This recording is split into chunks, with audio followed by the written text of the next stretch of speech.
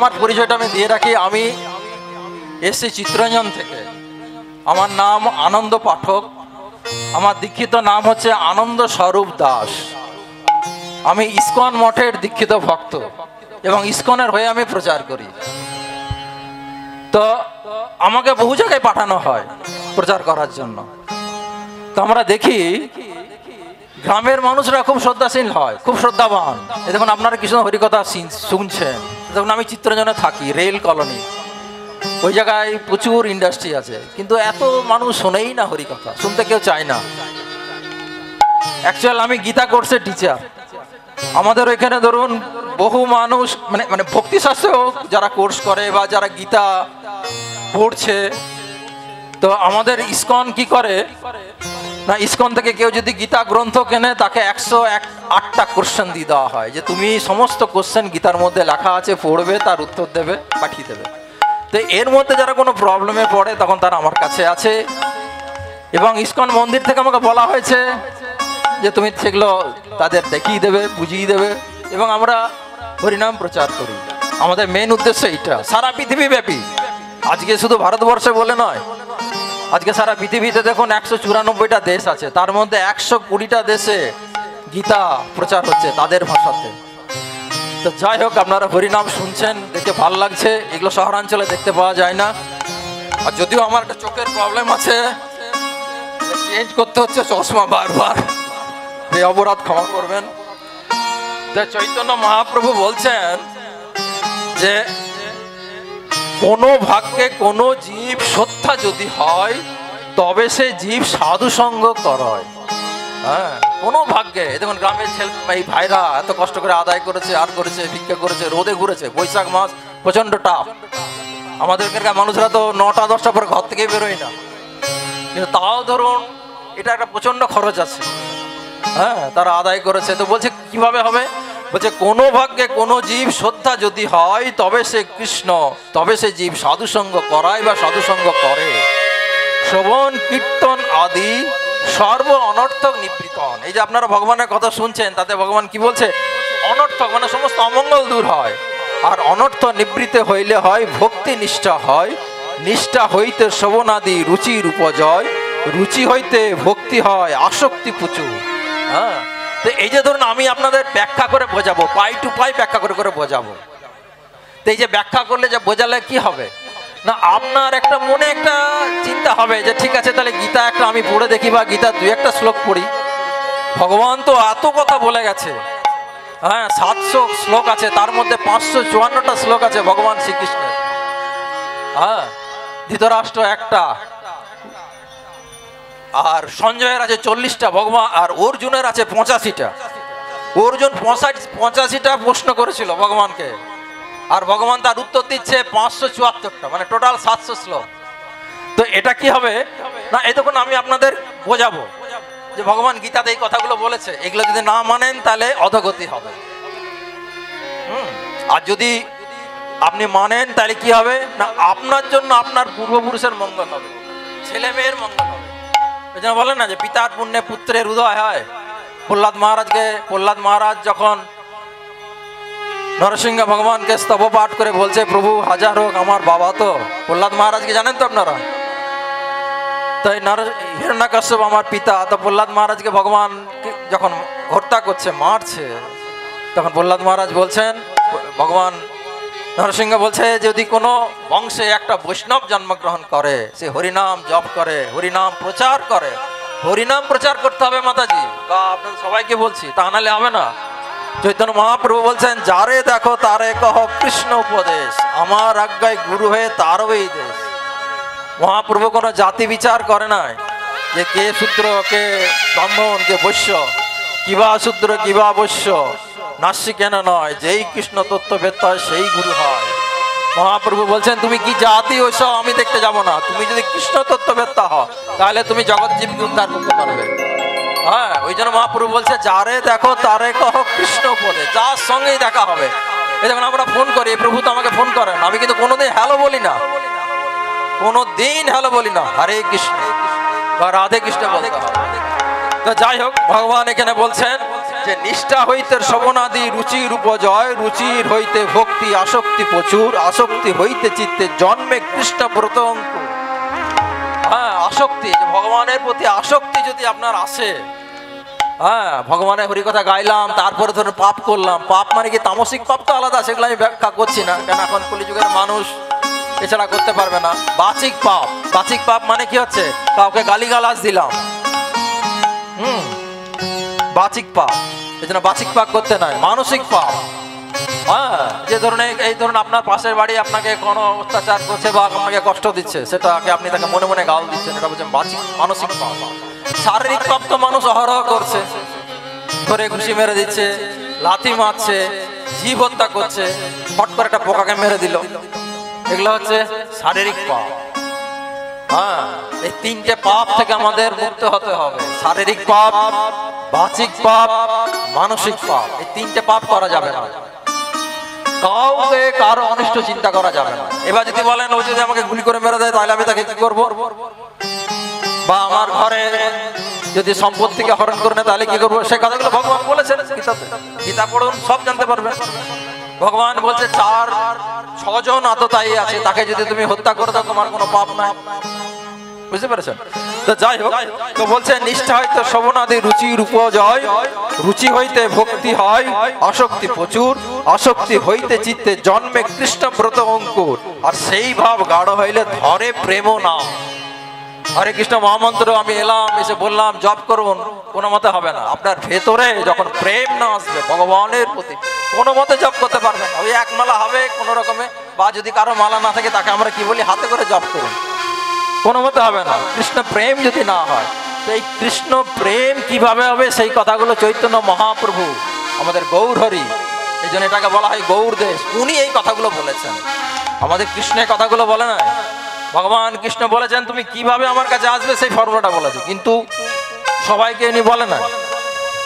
হ্যাঁ, খালি ভগবান চৈতন্য, ভগবান কৃষ্ণ গীতার উপদেশ দান করেছেন। তো যাই হোক, আমি আরেকটু শর্টে বলে দিই। তা এই বৈশাখ মাসে ভগবানের খুব গরম, সহ্য করতে পারে না। উনি মলয় চন্দন বলে একরকম একটা চন্দন আছে, সেই চন্দনটা উনি কাকে বলেছিলেন? মাধবেন্দ্র পুরীকে, যে তুমি যাও এই চন্দনটা নিয়ে এসো। এই চন্দনটা নিয়ে এলে কি হবে না, আমার গায়ে তুমি লেপন করে দাও। তো আমার গায়ে লেপন করলে কি হবে না, আমার এই শরীরের তাপ যে আমি পাচ্ছি, সেটা থেকে আমি কষ্ট পাবো না। মাধবেন্দ্র পুরীকে এগুলো জানতে হবে, কারণ শাস্ত্র কোনো ছোটখাটো জিনিস নয়, বিশাল গ্রন্থ। এই জন্য আমরা সবাইকে প্রথমে বলি রামায়ণ পড়ুন। রামায়ণ না পড়লে ভগবান বিষ্ণুকে জানা যাবে না। হ্যাঁ, ওই কালীর উপাস, দুর্গার উপাস, মনসার উপাস করে কি হবে? কিছুই হবে না। রাবণ প্রচুর দেবতা পূজা করেছিল, কংসও করেছিল, কিন্তু রাবণকে কেউ বাঁচাতে পেরেছিল? কেউ বাঁচাতে পারে না। তো সুতরাং প্রথমে রামায়ণ পড়তে হবে, মহাভারত পড়তে হবে। মহাভারতে তো 1 লক্ষ শ্লোক আছে।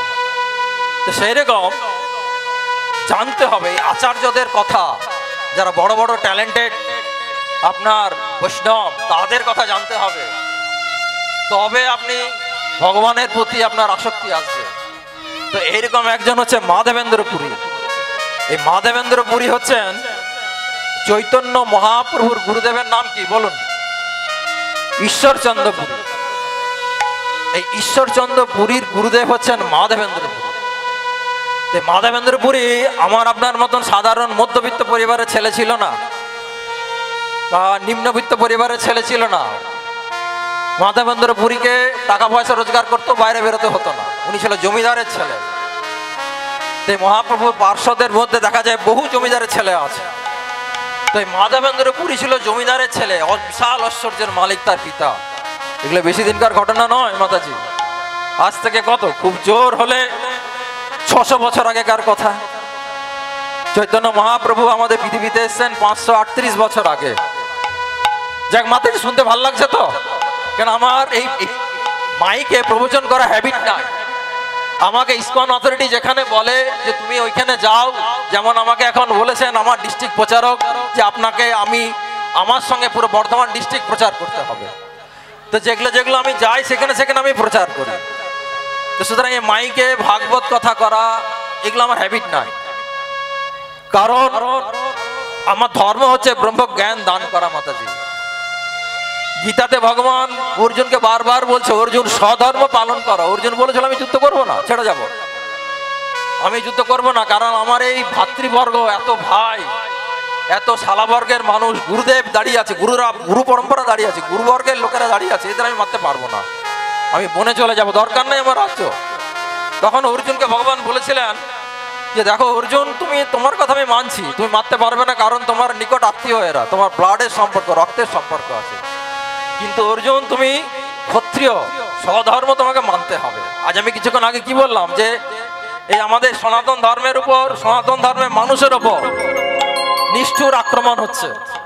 তো এর শাস্তি আমার দেবার অধিকার নাই। এটা কারা দেবে? রাজা দেবে, কারণ সারা ক্ষত্রিয় রাজ্য শাসন করার অধিকার আছে। হ্যাঁ, সে রাজা কারা? যারা বিভিন্ন রাজ্যের সিংহাসনে আছে, দিল্লির সিংহাসনে বসে আছে।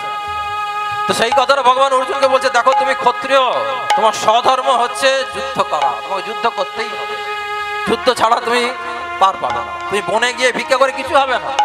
আর যদি তুমি যুদ্ধে জয়লাভ করো তাহলে তুমি স্বর্গের ফল ভোগ করবে।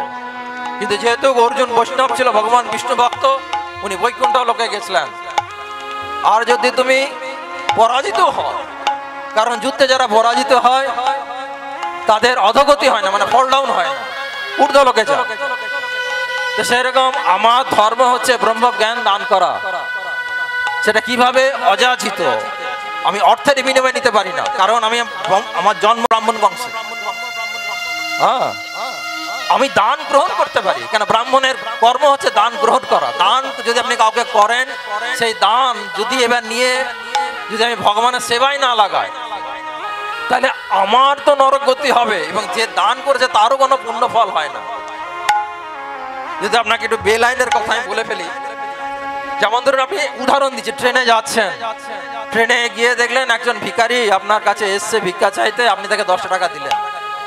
হ্যাঁ, সে হাত পা খোড়া, কিন্তু সে কি করলো, গিয়ে একটা চাকু কিনেছে, চাকু কিনে একটা মুরগি কেটেছে।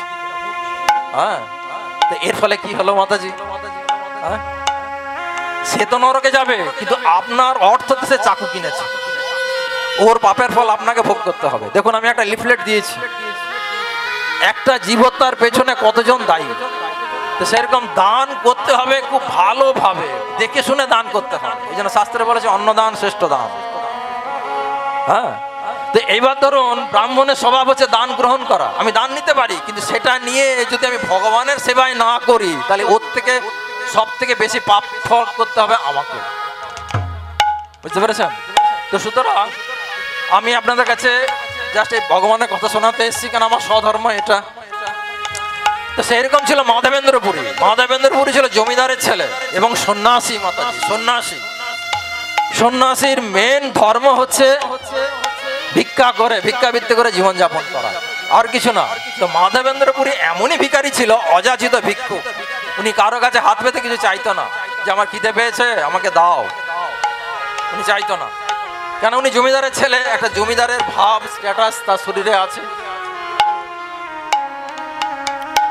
তো ওই জন্য উনি অযাচিত ভিক্ষু। এই যেমন বুদ্ধ অবতার গৌতম বুদ্ধ, উনিও ছিল অযাচিত ভিক্ষু, উনিও রাজার ছেলে। তো দেখুন এরা কেমন রাজ্য ত্যাগ করে দিল। এই যে চৈতন্য মহাপ্রভু, ওনার সম্বন্ধে আমি কথাগুলো বলবো। মানুষ অনেক বলে যে চৈতন্য মহাপ্রভু স্বয়ং ব্রজের নন্দন শ্রীকৃষ্ণ গরিবের ঘরে জন্মগ্রহণ করেছে। হ্যাঁ, কিন্তু সে গরিবের ঘরে জন্মগ্রহণ করে না।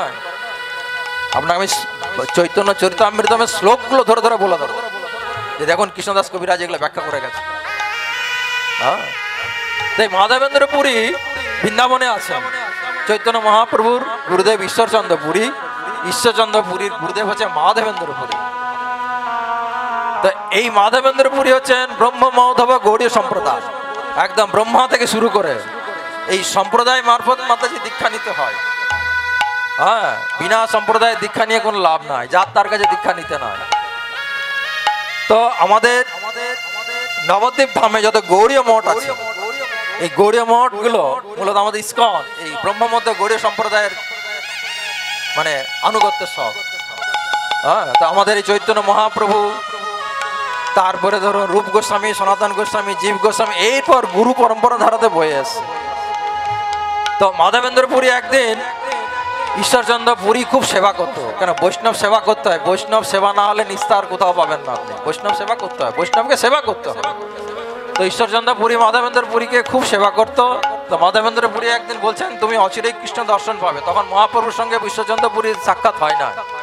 ঈশ্বরচন্দ্র পুরীর কাছে মহাপ্রভু গেছেন অনেক পরে, মহাপ্রভুর বাবা মানে মারা যাওয়ার পরে গয়ায় ভিক্ষাতে গেছিল, তখন তার সঙ্গে দেখা হয়েছিল। তো এই মহাদেবেন্দ্র পুরীকে একদিন ভগবান স্বপ্ন দেয় যে তুমি মলয় চন্দন নিয়ে এসো, কোথা থেকে? নীলাচল থেকে, এবং আমার সারা শরীরে এই চন্দন আর কপুর লেপন করো। কবে? এই বৈশাখ মাসে। হ্যাঁ, তো এই বৈশাখ মাসে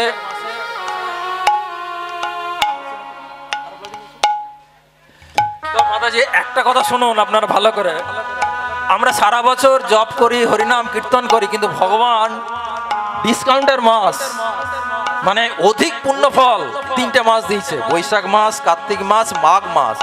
সেই রকম ভগবানকে দর্শন করলে পুনর্জন্ম ন বিদ্যতে, এরকম 3টে উৎসব দিয়েছে ভগবান। যে উৎসবগুলোতে তুমি যদি অংশগ্রহণ করো, তোমার আর মানুষ্য দেহতে, মানুষ্য দেহকে মানে কি 84 লক্ষ জনিতে আর ভ্রমণ করতে হবে না, মানুষ্য দেহই পাবে না। সেটা কি কি সেটা আমি আপনাদের শর্টে বলে দিই না। বলছে দোলেচ দোল গোবিন্দ, চাপেচ মধুসূদন। বুঝতে পারেন? দোলেচ দোল গোবিন্দ, চাপেচ মধুসূদন, রথে বামন তিষ্ঠতে, পুনর্জন্মন বিদ্যতে। হ্যাঁ, পুনর্জন্মন বিদ্যতে। দোলেচ দোল গোবিন্দ, দোলনা মানে ঝুলন। ঝুলন কখন হয়? শ্রাবণ মাসে। এই শ্রাবণ মাসে ঝুলন রাধা রানীকে নিয়ে দোলনায় দোলাতে হয়। হ্যাঁ, দেখবেন বাচ্চারা ঘরে করে, এগুলো আপনারা ঘরে করবেন। এই যেমন হরি মন্দির, কত সুন্দর মন্দির আছে, এখানে ঝুলন উৎসব করবেন। 7 দিনের তো ব্যাপার, এমন তো কোনো কঠিন নয়। 7 দিন ভগবানকে দোলনায় দোলাবেন। তো বলছে দোলেচ দোল গোবিন্দ, গোবিন্দকে যদি দোলনায় দোলা অবস্থায় দেখেন, চাপেচ মধুসূদন। তো চাপে কখন না? এই যে চন্দন যাত্রা শুরু হয় কবে থেকে? অক্ষয় তৃতীয়া থেকে। এই দেখুন কয়েকদিন পরে অক্ষয় তৃতীয়া। হ্যাঁ, আজকে ধরুন একাদশী তিথি, যদিও দ্বাদশী তিথি লিখে গেছে। তো এই দ্বাদশী, ত্রয়োদশী, চতুর্দশী, তারপর অমাবস্যা, তারপর তৃতীয়া। এই অক্ষয় তৃতীয়া থেকে 21 দিন, খুব ভালো করে শুনুন, এই 21 দিন আপনারা যদি ভগবান রাধা মাধবকে চন্দন, কপুর, গঙ্গা জল বা এমনি কুয়োর জল যদি গঙ্গা গঙ্গা বলে ভগবানকে অভিষেক করেন, কোটি কোটি গুণ পুণ্য ফল, কোটি কোটি গুণ পুণ্য ফল পাবেন। এই অক্ষয় তৃতীয়া থেকে 21 দিন যদি একদিনও করুন না, একদিনও করুন, তাতেও পুণ্য ফল। এবং মনে মনে আর ভগবান কি করেছিল? তো ভগবান বলছেন, আমি তারপরে পুরো ব্যাখ্যা করে বলছি। বলছে যে গোপাল কহে পুরী আমার তাপ নাহি জুড়ায়, মলয়জ চন্দন লেপন তবে সে। গোপাল কহে পুরী আমার তাপ নাহি যায়, মলয়জ চন্দন লেপন তবে সে জুড়ায়। এই মাধবেন্দ্র পুরী কোথায় ছিলেন? বৃন্দাবনে। বৃন্দাবনে কোথায় ছিলেন? গিরি গোবর্ধনে। গিরি গোবর্ধন পাহাড় নাম শুনেছেন আপনারা? হ্যাঁ, গিরি গোবর্ধন। সে গিরি গোবর্ধন যদি কেউ পরিক্রমা করে পায়ে হেঁটে, সে কেন তার পূর্বপুরুষরা বৈকুণ্ঠ লোকে চলে যায়। হ্যাঁ, গিরি গোবর্ধনকে উদ্ধার কে করেছিল? এই মাধবেন্দ্র পুরী করেছিল। মাধবেন্দ্র পুরী একদিনে মাধবেন্দ্র পুরী কোথাকার মানুষ ছিল এটাও শর্টে বলে দিই। মাধবেন্দ্র পুরী আমাদের গৌর দেশের মানুষ ছিল। গৌর এইখানে পশ্চিমবঙ্গের মানুষ, বঙ্গদেশ। এখন তো পশ্চিমবঙ্গ বলছে, এটাকে গৌর দেশ বলা হতো। হ্যাঁ, তো এই গৌর দেশে মাধবেন্দ্র পুরী ছিলেন। তো একবার ইনি পায়ে হেঁটে হেঁটে বৃন্দাবন দর্শন করতে চান। ইনি অতীব ভাগ্যবান, ভগবানকে অনেকবার দেখা পেয়েছিলেন, অনেকবার দেখা পেয়েছিলেন। তো একবার পায়ে হেঁটে হেঁটে বৃন্দাবন যাচ্ছিলেন। তো বৃন্দাবন যেতে যেতে তো ওনাকে, আপনাকে প্রথমেই বলেছি, ইনি জমিদারের ছেলে এবং সন্ন্যাসী ব্রাহ্মণ পরিবারে জন্ম এনার হয়েছিল। তো ইনি কারো কাছে 1 টাকাও বা চাইতেন না, কিন্তু খিদা যদি পেত কষ্ট করতো, সহ্য করে যেত, কিন্তু তবু মুখে ফুটে বলতো না একটা ভিক্ষা করে যেত না। তো একবার কি হয়েছে, ঠিক গিরি গোবর্ধন পাহাড়ের, বৃন্দাবন ঢুকে গেছে, গিরি গোবর্ধন পাহাড়ের আগে উনি এক গাছতলায় বসে আছে, বুঝলেন? এবার গাছতলায় যখন বসে আছে, ওনার বেশ খিদাও পেয়েছে। তো একটা বাচ্চা ছেলে, খুব সুন্দর দেখতে, হ্যাঁ, একটা মাটির ভাঁড়ে দুধ নিয়ে ওনার কাছে এসেছিল। এসে বলছে, মাধবেন্দ্র পুরী, তুমি তো এত দূর পায়ে হেঁটে এসছো এবং তোমার প্রচুর খিদাও পেয়েছে, তো তুমি এই ভাঁড়ের দুধটা খাও। তো বলছে, তুমি কি করে বুঝলে যে আমার খিদা পেয়েছে? বলছে, এই গ্রামে যারা না খেয়ে থাকে আমি সবাইকে বুঝতে পারি, কেন আমি এই গ্রামেই থাকি। তো বলছে, তাহলে তোমার কাজটা কি? না, আমার কাজ হচ্ছে গরু চড়ানো, বুঝলেন? আমরা দেখুন এই মায়েরা কত শাসন করি ছেলেদের, সারাদিন পর পর করে চোখ খারাপ হয়ে যাচ্ছে, এত মোটা পাওয়ার চশমা, সে কম্পিউটার করছে, মোবাইল চালাচ্ছে, সে বাইরে খেলে না। কিন্তু এই প্রকৃতি মায়ের সঙ্গে ছেড়ে দিতে হবে খেলা। চৈতন্য মহাপ্রভু দেখুন মাটিতে গড়াগড়ি, মাটি নিয়ে খেলতো, মাটি খেত, কৃষ্ণও মাটি খেয়েছে। এ দেখুন, আপনি সামান্য ধরুন, আপনাদের ঘরে তো সবার গোমাতা আছে, গ্রামেই গোমাতা সেবা হয়, আর কোথাও গোমাতা সেবা হয় না, শহরাঞ্চলে সব কুকুরের সেবা করছে। হ্যাঁ, আর এই কুকুর যারাই ঘরে রাখে তাদের নরক গতি অবধারিত। আপনি আসানসোলে যান, সব বড় বড় কুকুর রেখেছে। তো এই গোমাতা সেবা যখন আপনি করবেন, তো এই যে যেখানে গোমাতা থাকে, গোয়াল ঘরটা আপনি সিমেন্ট দিয়ে বাঁধিয়ে দিন, দেখুন খুঁড়ে, গরুর খুঁড়ে ইয়ে হয়ে যাবে, আপনার ইয়ে হবে, রোগ হয়ে যাবে। তো গোমাতা কিসে থাকবে? মাটিতে থাকবে, মাটি জলে ভিজবে, আবার মাটিতে শোকাবে, কিছু রোগ হবে না। তো সেরকমই প্রকৃতি মায়ের সমস্ত কিছুটাই যদি আপনি নিয়ে চলেন, তাহলে সুন্দরভাবে থাকবে। মডারেশন করতে গেলেই বিপদ। আপনি সাধারণ জল খান, কিছু রোগ হবে না, কিন্তু এই যে বোতল জল, আপনার মুশকিল আছে। তো সেই রকম বাচ্চা ছেলেদের ঘরে আটকে না রেখে খেলতে ছেড়ে দিতে হবে, মাটিতে খেলতে দিতে হবে। তো এইরকম ওই গোপাল বলছে যে, মাধবেন্দ্র, আমি গ্রামে গ্রামে এই গ্রামটাই ঘুরে বেড়াই, সারাদিন ঘুরে বেড়াই, আমার আর কোনো কাজ না, খিদে পেলে ঘরে চলে যায়, মা খেতে দেয়, আর সারাদিন গরু চড়ায়। আর কে না খেয়ে থাকে তাদের আমি ফলো করি, এবং যে না খেয়ে থাকে তাকে আমি খাবার দিই। দেখুন কথাগুলোর কত মানে। আপনার চৈতন্য চরিতামৃত যদি পড়েন, আমি যা যা বলছি সব পাবেন, গীতা যদি পড়েন সব পাবেন, পড়তে হবে। ওই একদিন হরি কথা শুনলাম, এই কিছু হবে না, কিচ্ছু হবে না, শুনতে হবে এবং প্রচার করতে হবে, আরো 10টা মানুষকে শোনাতে হবে। 10টা মানুষকে কেন না, আপনার সন্তানকেও শেখাতে হবে। এই জন্য চৈতন্য মহাপ্রভু, কৃষ্ণদাস কবিরাজ বারবার বলছে, যারে দেখো তারে কহ কৃষ্ণ উপদেশ। মহাপ্রভু তো বলছে গুরু হও। চৈতন্য ভগবান কৃষ্ণ কোথাও কিন্তু ওপেন টু অল করে নাই হরি কথা। এই যে হরে কৃষ্ণ মহামন্ত্র কিন্তু সবার জপ করার অধিকার নয়, আগে ছিল না, আজ থেকে 500 বছর আগে কারো ছিল না, কেউ করতে পারতো না। হ্যাঁ, কিন্তু এই পতিত পাবন গৌর হরি যে এত উদার, এ জাতি বর্ণ নির্বিশেষে সবাইকে হরি নাম দিয়ে দিল। তাই মহাপ্রভু দেখুন সবাইকে নিয়ে কিন্তু হরে কৃষ্ণ আন্দোলন করেছিলেন। মহাপ্রভু কোনো ব্রাহ্মণ জাতিকে নিয়ে করে নাই, কিন্তু দেখাতে পারবেন না মহাপ্রভুর দলে কোনো ব্রাহ্মণ ছিল। উনি ব্রাহ্মণকে সম্মান করতো, খুব সম্মান করতো। হ্যাঁ, যার জন্য আপনি গায়াতে যখন গেছিল বাবার পিণ্ডদান করতে, ওনার মাথা ব্যথা হয়েছিল, তো বলছে, ব্রাহ্মণের পদধূলি যদি তুমি না আনো তাহলে আমার মাথা ব্যথা ভালো হবে না। উনি ব্রাহ্মণকে শ্রদ্ধা করতো, ওনাকে পতিত পাবন বলা হয়। আমি আরেকটা উদাহরণ দেবো, পতিত পাবন ওনাকে কেন বলা হয়। এই মাধবেন্দ্র পুরী যখন বসে আছে, তো চৈতন্য ভগবান কৃষ্ণ ওনাকে দুধের ভাণ্ডটা ওনাকে দেয়, যে তুমি দুধটা খাও, আর এই ভাঁড়টা ফেলবে না, ভাঁড়টা রেখে দেবে, আমি এসে আবার নিয়ে যাব। তো সেই দুধটা এত সুন্দর ছিল, মাধবেন্দ্র পুরী দুধ যখন যে পান করলো, মানে খেলো, সে মনে যেন অমৃত পান করেছে। তো ওই খেতে খেতে তার নিদ্রা, ঘুমিয়ে গেছিল গাছতলাতে। তো ওনার উদ্দেশ্য ছিল বৃন্দাবন যাওয়া, বৃন্দাবন পায়ে হেঁটে হেঁটে যাচ্ছিল। তখন তো আমাদের মতন ট্রেন তো ছিল না, এই যেমন ধরুন পূর্বা এক্সপ্রেস, বা ধরুন আরেকটা নতুন ট্রেন হয়েছে, ডাইরেক্ট বৃন্দাবন যাচ্ছে হাওড়া থেকে, মথুরায় তার লাস্ট স্টপেজ। হ্যাঁ, 16 ঘন্টাতে পৌঁছে দিচ্ছে। তখনকার মানুষরা বৃন্দাবন পায়ে হেঁটে যেত, আপনার প্রায় 2 মাস লাগতো। তা উনি এত তৃপ্তি লাভ করেছে দুধটা খেয়ে, উনি ঘুমিয়ে পড়েছিল। তো ঘুমিয়ে যখন পড়েছে, তখন তাকে ভগবান স্বপ্ন দিয়েছে যে তুমি ওঠো, উঠে আরো কিছু দূর এগিয়ে যাও, এগিয়ে গিয়ে দেখো একটা ঝোপের মধ্যে আমার এক বিগ্রহ লুকানো আছে, তুমি সেটাকে উদ্ধার করো এবং এর তুমি সেবা পূজা করো, আমি তোমার জন্যই অপেক্ষা করছিলাম এতদিন। দেখুন কত সুন্দর ভক্ত ওনারা। হ্যাঁ, ভগবান ওদের স্বপ্ন দিচ্ছে, দেখা দিচ্ছে।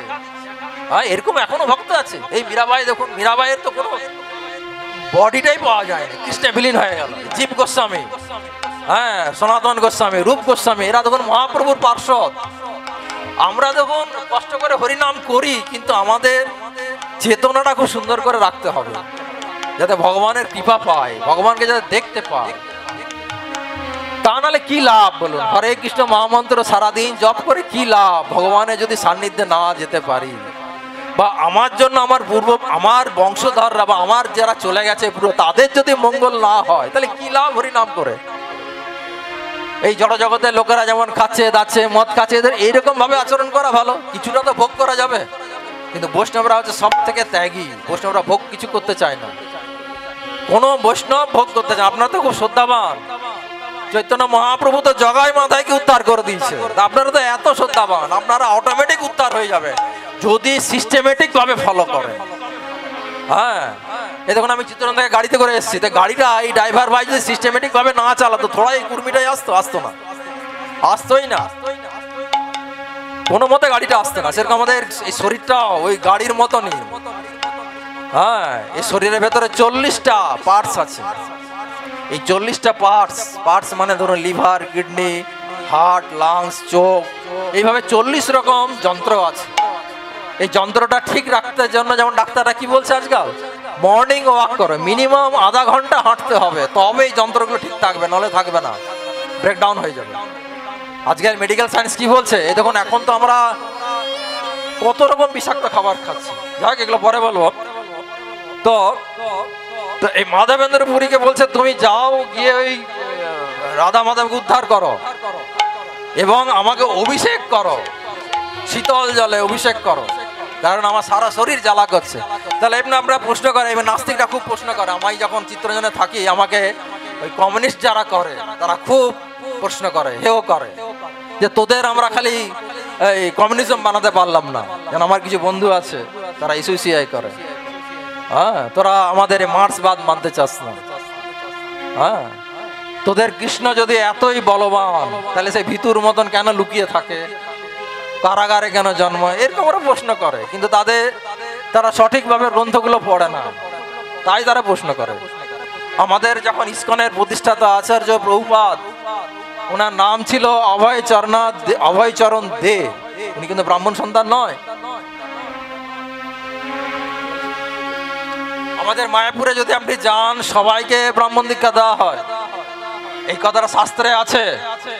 কিন্তু যারা মূর্খ ব্রাহ্মণ তারা অত্যাচার করে, বলি দাও, এত টাকা দক্ষিণা দাও, সতী মারা গেছে তাকে মেরে চিতায় চাপিয়ে দিচ্ছে।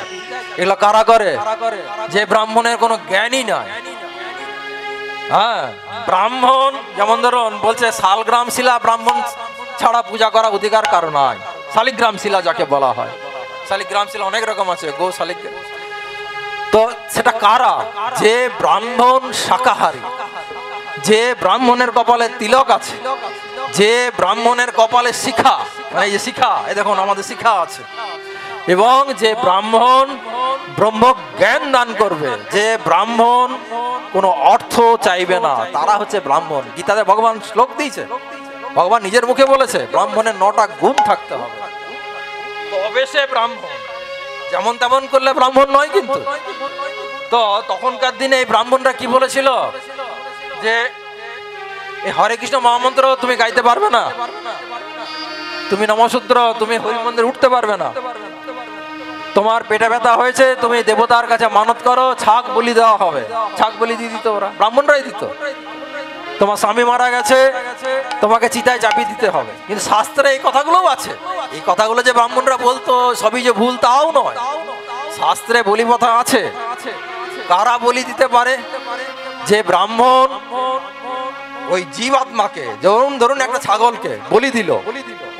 ভালো করে শুনুন, আপনারাও কখনো কোনো মঠে মন্দিরে মঠে দেখলে হয় না, মানত করবেন না, তা নাহলে কিন্তু একদিন আমি যদি আর কোনো সুযোগ পাই এসে বলবো কপিল মুনি মাতা দেবতীর কথা। কপিল মুনিকে, হ্যাঁ, স্বয়ং ভগবান তার গর্ভে এসে মাতা দেবতীর গর্ভে চলে এসছে, মাকে শিক্ষা দিচ্ছে, মা তুমি এইভাবে চলো, তাহলে তোমার পাপে সবারই কষ্ট হবে। চিন্তা করুন তো, একটা জীব হত্যা করলে কি পাপ, সেই কথাগুলো কপিল মুনি সব ভাগবতম গ্রন্থে বলেছে। তো এই কথাগুলো 1 ঘন্টা 2 ঘন্টায় হবে না। একবার সময় করে আপনি বলবেন আমি চলে আসবো, কেন আমি অর্থের বিনিময়ে আসি না, ডাকলেই চলে আসবো। তবে যদি কিছু খরচ হয়, কেন ধরুন আমার বাড়ি এখান থেকে 120 কিলোমিটার দূর, আমি নিজে ট্যাক্সি চালাই না, আমার ড্রাইভার আছে, তাদের খরচ আপনারা যদি বহন করেন, আপনি যদি 7 দিন এসে বলেন ভাগবত কথা শোনাতে, আমি শোনাবো। তা এই ব্রাহ্মণ যদি নিষ্ঠাবান ব্রাহ্মণ হয়, তখনকার যুগে কি হতো, একটা যজ্ঞ অনুষ্ঠান করত। তো যজ্ঞ করার ফলে কি হতো, সেই যজ্ঞটা সঠিক হয়েছে কি না সেটা কিভাবে প্রমাণ হতো না, ওই জীবাত্মা, আগেকার দিনে ছাগল বলিও দেওয়া হতো, গোমেধও যজ্ঞ ছিল, গরু বলি দেওয়া হতো। যেমন ধরুন কিছু মঠ মন্দির আছে আমাদের এখানে, যদিও কথার ফাঁকে ফাঁকে আমি উদাহরণগুলো দিচ্ছি আপনাদের বোঝার সুবিধার্থে। আমাদেরও পশ্চিমবঙ্গে, সারা ভারতবর্ষে কিছু মঠ আছে যারা মাছ খায়, লাল কাপড় পরে আছে। এই দেখুন, আমি তো সাদা কাপড় পরে এসেছি, কেন, যেহেতু আমি গৃহস্থ সংসারী। হ্যাঁ, আমার মায়ের সেবা করতে হয়, পিতার সেবা করতে হয়। যদি আমার পিতা মারা গেছে, আমার পিতা আমার কোলে মারা গেছে হরিনাম শুনতে শুনতে। হ্যাঁ, তা আমাদের জপ কেন করতে হয়, যাতে আমরা মৃত্যুর সময় ভগবানকে স্মরণ করতে। ভগবান গীতাতে বলছে মৃত্যুর সময় তোমাকে আমাকে স্মরণ করতে হবে, যেটা অজামিলের হয়েছিল, অজামিল স্মরণ করে দিয়েছিল নারায়ণ বলে। তো যাই হোক, তো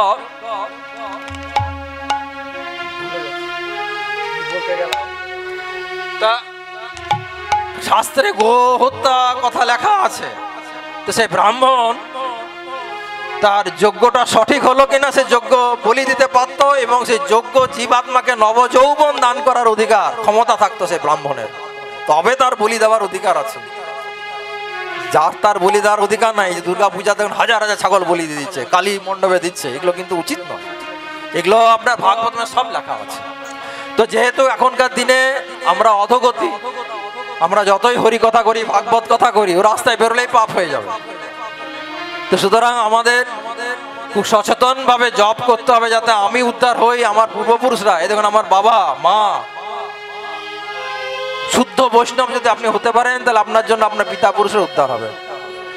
তো ওই জন্য বলি প্রথা মানা করেছে কপিল মুনি, ওই জন্য বলি দেওয়া যাবে না, ব্রাহ্মণ বলি দিতে পারবে না। তো বলি প্রথা শাস্ত্রে আছে। আর কি আছে, সতীদাহ প্রথাও শাস্ত্রে আছে। আগেকার যুগে যেমন বলতো না, সতী মারা গেছে, একজন ব্রাহ্মণ অঢেল বিয়ে করো, 7টা 8টা বিবাহ করে নিয়েছে। কিন্তু এই কথা, এই জিনিসটা বহু বিবাহ কলিযুগে নিষেধ। রামচন্দ্রকে বলা হয় মর্যাদা পুরুষোত্তম। কেন মর্যাদা পুরুষোত্তম বলা হয়? হ্যাঁ, আপনি বলুন। ভগবান শ্রীকৃষ্ণ তো লীলা পুরুষোত্তম, ভগবান বলেই দিয়েছে আমাকে যে চাইবে আমি তার কাছে চলে যাবো।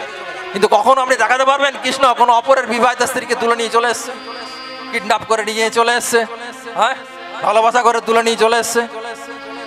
ওনাকে বলা হয় লীলা পুরুষোত্তম। আর মর্যাদা পুরুষোত্তম ভগবান শ্রীকৃষ্ণ কি বলেছিলেন, সীতা দেবী ছাড়া আমি কাউকে গ্রহণ করবো না, কাউকে গ্রহণ করবো না। সীতা দেবী অন্তর্ধান হয়ে যাওয়ার পর ওনাকে বলেছিল সংসারী আবার হতে, কিন্তু করে নাই। তো যাই হোক, আমি ছোট ছোট বলি। তো আমাদের শাস্ত্রে এই মানে পুনরায় বিবাহ করা অনুমতি দেয় না, সনাতন ধর্ম অনুমতি দেয় না। হ্যাঁ, আমাদের শাস্ত্রে ডিভোর্স বলে কিছু নাই, একবার বিবাহ হয়েছে তো ব্যাস ফাইনাল। এবার তোমার আমি যদি না থাকে, তোমার কপালে খারাপ দুর্ভোগ আছে, তাকে ছেড়ে থাকতে হবে। তো এইটা আপনার তখনকার দিকে ব্রাহ্মণরা কি করতো, গরিব পিতা আপনার বিবাহ দিতে পারছে না, তো একটা ব্রাহ্মণ সে আপনার 10টা 12টা বিয়ে করে নিত। কেন করতো না, ওরা আইন ব্যাপী করতো। আইন মানে এই যে গীতা ভাগবতম, এটা হচ্ছে আইনের বই। গীতা হচ্ছে আইনের বই। ভগবান শ্রীকৃষ্ণ এখানে কোনো মন্ত্র বলে না, rule and regulation of human life. সারাদিন আপনি কি করবেন কি করবেন না, সেই ফর্মুলাটি বলেছে। সুতরাং এটা হচ্ছে ধর্মগ্রন্থ, আইন, শ্রীমদ্ ভাগবত আইন, চলতে হবে, এর কথা মতো চলতে হবে। তো শাস্ত্রে বলেছে যে অবিবাহিতা মহিলাকে তুমি বিয়ে করতে পারো। মানে আমার যদি বয়স 80 বছর হয়, আমি কুমারী মেয়ে একটা কেন 100টা বিয়ে করতে পারি, শাস্ত্রের অনুমোদন আছে। তো এইটা দেখি আগেকার দিনের ব্রাহ্মণরা কি করতো, বুড়া বয়সে বিয়ে করে নিত। কিন্তু পরে কি দেখা হতো না, একটা আমাদের শাস্ত্রে বলেছে যে আশ্রম 4টে, বুঝতে পেরেছেন? আশ্রম মানে কি, ধরুন আপনার শিশু, আপনি তাকে স্কুলে পাঠাচ্ছেন, হ্যাঁ, তো আগেকার যুগে কি ছিল, ব্রহ্মচর্য মানে গুরুগৃহে পাঠাতে হতো, এটা গুরুর আশ্রম। তারপর বলছে গৃহস্থ আশ্রম, গৃহে আশ্রম মানে তাকে বিবাহ দিতে হবে, দিয়ে তাকে সংসার করে দিতে হবে। সেটা কত বছর পর্যন্ত? 20 বছর পরে। তারপর বলছে বানপ্রস্থ, তারপর সন্ন্যাস আশ্রম। তো বানপ্রস্থ কখন? 50 বছরের পর। তো যদিও হয়তো এই কথাটা শুনতে আপনাদের খারাপ লাগবে, আমি তাও বলছি, একটা পুরুষ মানুষ বানপ্রস্থের পরে, তার বানপ্রস্থ কখন হচ্ছে? 50 বছর বয়সে। সে যদি অঢেল নারী সঙ্গ করে, তার গতি কি হবে জানেন? হ্যাঁ, 10 বছরের মধ্যে চিতায় উঠে যাবে। তার এত ব্যাধি হবে, প্রথমত তার হাড়টা নষ্ট হয়ে যাবে, এখানে এখানে এখানে জল জমে যাবে, তার শরীরে কোনো স্ট্রেংথ থাকবে না। বুঝতে পারলেন মাতাজি? রাগ করবেন না আমার কথায়। তো ওই জন্য বলছে যে একটা পুরুষের যখন 50 বছর বয়স হবে, তাকে বানপ্রস্থ নিতে হবে, মানে স্বামী স্ত্রী থেকে দূরে থাকতে হবে, ঘরে থাকতে পারে। তারপর সন্ন্যাস, মানে 70 বছরের পর তাকে বনে চলে যেতে হবে। তেমন কলিযুগে তো এগুলো তো হবে না। কলিযুগে কি করতে হবে না, ঘরে আছে, তার পুত্র সন্তান আছে, নাতিরা আছে, তো দূরে দূরে থাকতে হবে, বানপ্রস্থ মেনটেন করতে হবে, সন্ন্যাস নিতে হবে। সন্ন্যাস মানে কি, একদম মঠে মন্দিরে গিয়ে হরিনাম প্রচার করো। তো সেই রকম, তো এখন কলিযুগের লোকেরা 60-70 বছর বয়সে বিবাহ করে নিচ্ছে, কিন্তু এ যাবে, খুব শীঘ্রই সে ধ্বংস হবে। তো এই যুক্তিটা দেখিয়ে আগেকার যুগের ব্রাহ্মণরা অঢেল বিয়ে করতো, আর বলতো সতীকে চিতায় চাপিয়ে দাও, মারা গেল সে ব্রাহ্মণ তো মরবেই। কেন, একটা 70 বছরের বুড়ো বা 60 বছরের বুড়ো যদি 2-3টা মেয়ে বিবাহ করে, তা কতদিন বাদে মরে যাবে। কিন্তু তারা কি করতো, সতী নারী বলে ঢোল পিটে উঠিয়ে দিত। কিন্তু এই কথাটা শাস্ত্রে লেখা না, শাস্ত্রে কিন্তু সতী দাহ প্রথা এটা লেখা নাই, কিন্তু শাস্ত্রে আছে সতী সহমরণ প্রথা লেখা আছে, কিন্তু সতী দাহটা লেখা না। কুন্তী দেবী, মাদ্রিমা, বুঝতে পেরেছেন? এনাদের একটাই স্বামী ছিল, পাণ্ডু। হ্যাঁ, তো দেখুন কুন্তী মা কিন্তু বিধবা, আর মাদ্রিও বিধবা। তো মাদ্রি তার স্বামীর সঙ্গে চলে গেল সহবাস স্মরণ প্রথাতে, তাহলে তো কুন্তিকে চাবি দিতে পারতো, মেরে ধরে চাবি দিতে পারতো, বা কুন্তি চলে যেতে পারতো, কিন্তু কুন্তি দেবী তো যায় না। শাস্ত্রে আছে যে নারী নিজের ইচ্ছাতে স্বামীর সঙ্গে যাবে সেটাই, বুঝতে পেরেছেন? আমি খুব ছোট ছোট বলে যাচ্ছি। তো সেই রকম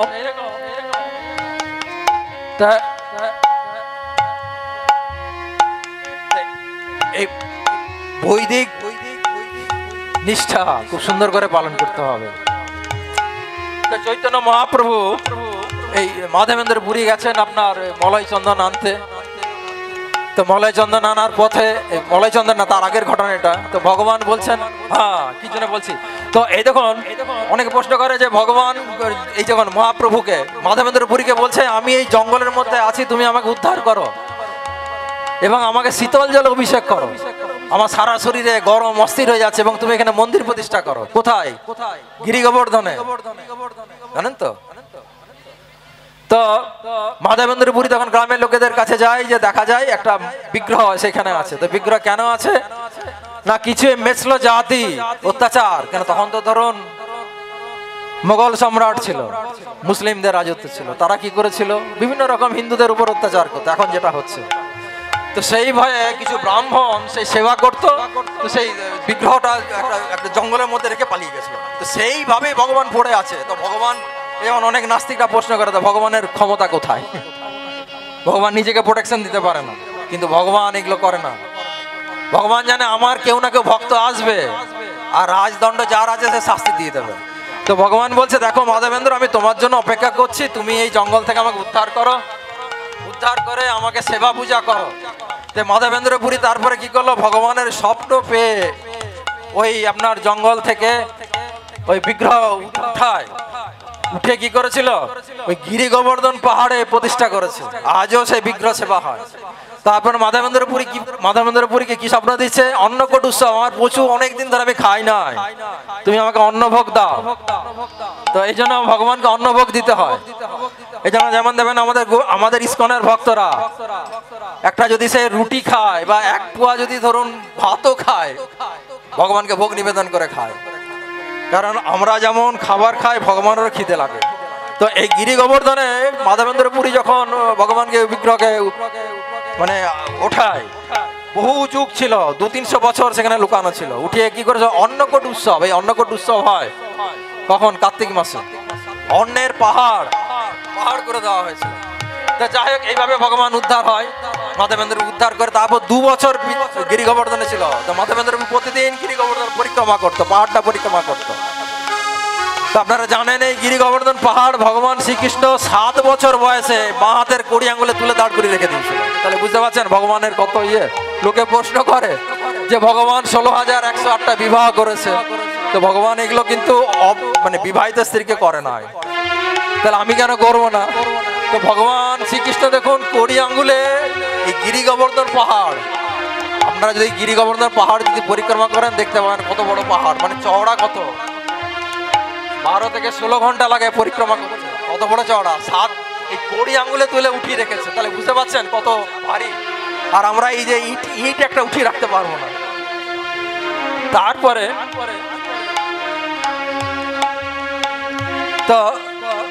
কি হয়েছিল? তো মাধবেন্দ্র পুরী সমস্ত গ্রামবাসীকে নিয়ে ভগবানের সেবা পূজা করত। তো গ্রামের লোকেরা ভগবানের অন্ন প্রসাদ লাগাতো। এইভাবে সেবা পূজা করার পর একদিন ভগবান স্বপ্ন দিচ্ছে বৃন্দাবনে প্রচুর গরম হয়। আমাদের যদি এখানে ধরুন 42 ডিগ্রি সেলসিয়াস হয়, বৃন্দাবনে 48। বৃন্দাবনে গরম প্রচুর, ঠান্ডাও প্রচুর। তো মাধবেন্দ্র পুরীকে ভগবান ওই গোপাল স্বপ্ন দিচ্ছে যে গোপাল কহে পুরী আমার তাপ নাহি যায়, মলয়জ চন্দন লেপন তবে সে জুড়ায়। আমার শরীরে তাপ জুড়ায় মলয়জ চন্দন আনো যাইয়া নীলাচল হইতে অন্য হত্রে। শুনতে পাচ্ছেন? বলছে যে মলয়জ চন্দন কোথা থেকে আনতে বলছে? নীলাচল পাহাড় থেকে, জগন্নাথপুরী থেকে। চন্দন কাঠ অনেক জায়গায় পাওয়া যায়, আপনার অন্ধ্রপ্রদেশে যদি যান সেখানেও পাওয়া যাবে। কিন্তু যেহেতু জগন্নাথ ধাম, ওটা ধাম বলা হয়। জগন্নাথপুরীতে যদি আওয়াজ যাচ্ছে, তো জগন্নাথপুরীতে যদি আপনি যান দেখবেন ওখানে মেন হচ্ছে অন্নপ্রসাদ। ভগবান ওখানে সারাদিন ধরুন খালি খাবার খায়, আর কিছু করে না। জগন্নাথপুরীতে এই ঘট পেতে পূজা টুজা হয় না। সকাল থেকে ভোগ লাগানো হয়, 56 ভোগ, বাল্যভোগ এই হয়। ভগবান সেবা পূজা কোথায় করা হয়? বৃন্দাবনে। আর ভগবান খাবার খায় কোথায়? জগন্নাথ ধামে। আর ভগবান বিশ্রাম কোথায় নেয়? রামেশ্বরমে। আর ভগবানের ঐশ্বর্যের রূপ মানে রাজা, ভগবান তো রাজার ছেলে, এবং উনি জন্মগ্রহণ করেছেন ক্ষত্রিয় বংশে। চৈতন্য মহাপ্রভুর মতন ব্রাহ্মণ পরিবারে আসেন না। তো উনি রাজ মানে ঐশ্বর্য রূপে কোথায় আছে বলুন? অন্ধ্রপ্রদেশে তিরুপতি বালাজি মন্দির গেছেন? তিরুপতি বালাজি মন্দিরে রাজ ঐশ্বর্য রূপে ভগবান সেবা পূজা হচ্ছে। সেখানে খালি টাকাই গোনা হয়, আর কিছু হয় না। হ্যাঁ,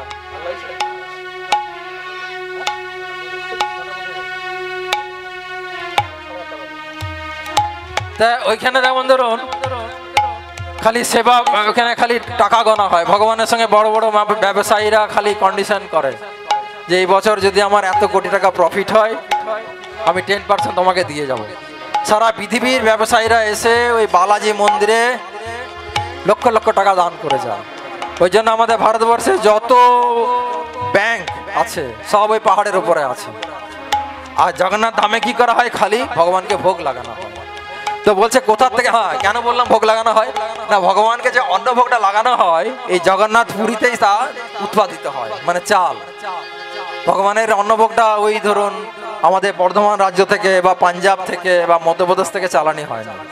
ভগবানের কন্ডিশন আছে এই পুরী ডিস্ট্রিক্টের মধ্যে যে চাল উৎপাদন হবে সেইটাই ভগবানকে অন্নভোগ দিতে হবে, বাইরের চাল আনা যাবে না। তো সারা পৃথিবীতে যদি খরা হয়, জগন্নাথ ধামে খরা হয়। আজও পর্যন্ত হয় না। তো এই জন্য মাধবেন্দ্রপুরীকে ভগবান বলছেন যে তুমি আর অন্য কোথা থেকে আনবে না, মলয়জ চন্দন আনো নীলাচল হইতে, অন্য হইতে নহে তুমি চল, মানে তাড়াতাড়ি যেতে বলছে, অন্য কোথা থেকে চন্দন আনবে না, মলয় চন্দন কোথা থেকে, আমি নীলাচল ধামে। আর কি বলছে,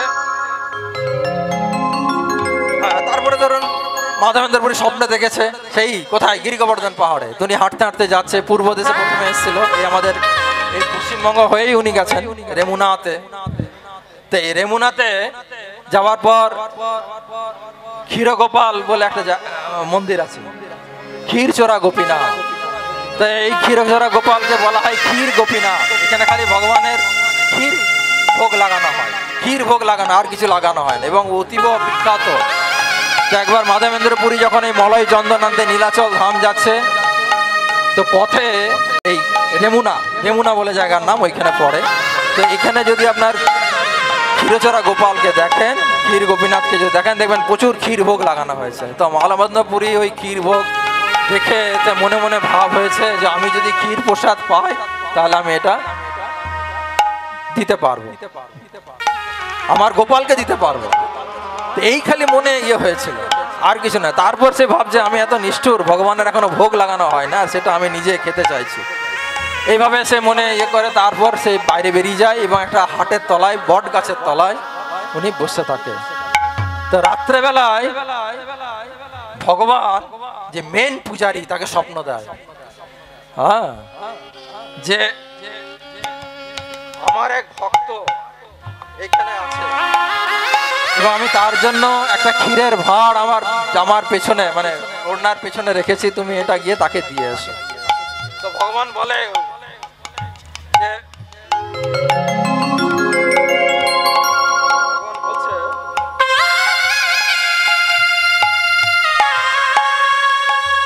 যে যাই হোক, ভগবান বলছে তুমি এই ক্ষীরটা যা দিয়ে আসো। তখন সে পূজারি যায়, পূজারি আপনার বাইরে বেরিয়ে যে মন্দির খোলে, কেন মন্দিরে বিগ্রহে স্নান না করে বা অপবিত্র অবস্থায় ঢুকতে নাই। সে যখন শুয়েছিল, সে স্নান করে মন্দিরের বিগ্রহে ঢুকে দেখে হ্যাঁ একটা ক্ষীরের ভাঁড় আছে ভগবানের পেছনে লুকানো। তো বলছে দেখো এইটা মাধবেন্দ্রপুরী বলে একজন হাটের কাছে বসে আছে, তুমি তাকে দিয়ে আসবে। এটাই উনি ভগবানকে বলেছিল, ভগবান ওনাকে বলেছিল। তো মাধবেন্দ্রপুরী যায়, গিয়ে হাটের কাছে কে মাধবেন্দ্র বলে চিৎকার করে এবং বলে তুমি মহাভাগ্যবান, তো ভগবান তোমাকে এটা দিয়েছে, তুমি এটা খাও। তো মাধবেন্দ্রপুরী তখন সেই ক্ষীর প্রসাদ পায়। দেখুন ভগবান একবার দুধ খাইছে মাধবেন্দ্রপুরীকে, আবার ক্ষীর খাওয়ালো। তো মাধবেন্দ্রপুরী তখন এই প্রতিষ্ঠার লোভে, মানে সবাই গ্রামের লোকের আমার কাছে চলে আসবে, তাই উনি তখন ওখান থেকে চলে গেছিল, রাত্রেই চলে গেছিল, গাড়ি গ্রামের মানুষরা আসবে। তো চলে যাওয়ার পর তখন ওনারা কি করলো, পুরীতে গিয়ে এই মলয় চন্দন সংগ্রহ করে আর কপুর, 1 মণ মলয় চন্দন আর 20 তলা কপুর ওইখানে নিয়ে তখন মুসলিম রাজ্য ছিল, মুসলিম শাসন ছিল। তো জগন্নাথ ধামে যে রাজা, তো উনি আপনার দেয় একটা চিঠি লিখে দেয় যে রাস্তায় কেউ আটকাবে না, যেমন আমাদের টোল ট্যাক্স আছে। তো এইভাবে উনি আসার পরে তো বিভিন্ন পথে আটকাতে পারে, কেন তখনকার ধরুন রাজা ছিল, সব মুসলিম শাসকরা পথে অত্যাচার করবে। তো রেমুনাতে আসে মাধবেন্দ্রপুরী, আবার রেমুনা হয়ে যাবে বৃন্দাবন। তো এসে আবার ভগবানের দর্শন করে, প্রসাদ পায়। তো সেই রাত্রে ভগবান আবার স্বপ্ন দেয় যে তুমি ওঠো, বৃন্দাবনের গোপাল আর আমি একই, তুমি আমাকে এখানেই চন্দন আর কপুর লেপন করো সারা শরীরে। তো আমি কেন এই কথাগুলো আপনাদের কাছে বোঝালাম, এই অক্ষয় তৃতীয়া থেকে 21 দিন ভগবান কৃষ্ণকে সারা শরীরে চন্দন আর কপুর মাখানো হয়। জগন্নাথ ধাম যদি আপনি যান, দেখবেন জগন্নাথের বিগ্রহ কালো রঙের। আমাদের মায়াপুরে যদি যান দেখবেন কালো, কিন্তু এখন যদি এই অক্ষয় তৃতীয়ার পরে যদি দেখবেন সাদা, বুঝতেই পারবেন না রংটা কালো, কারণ সারা শরীরে মলয় চন্দন আর কপুর মাখানো হয়।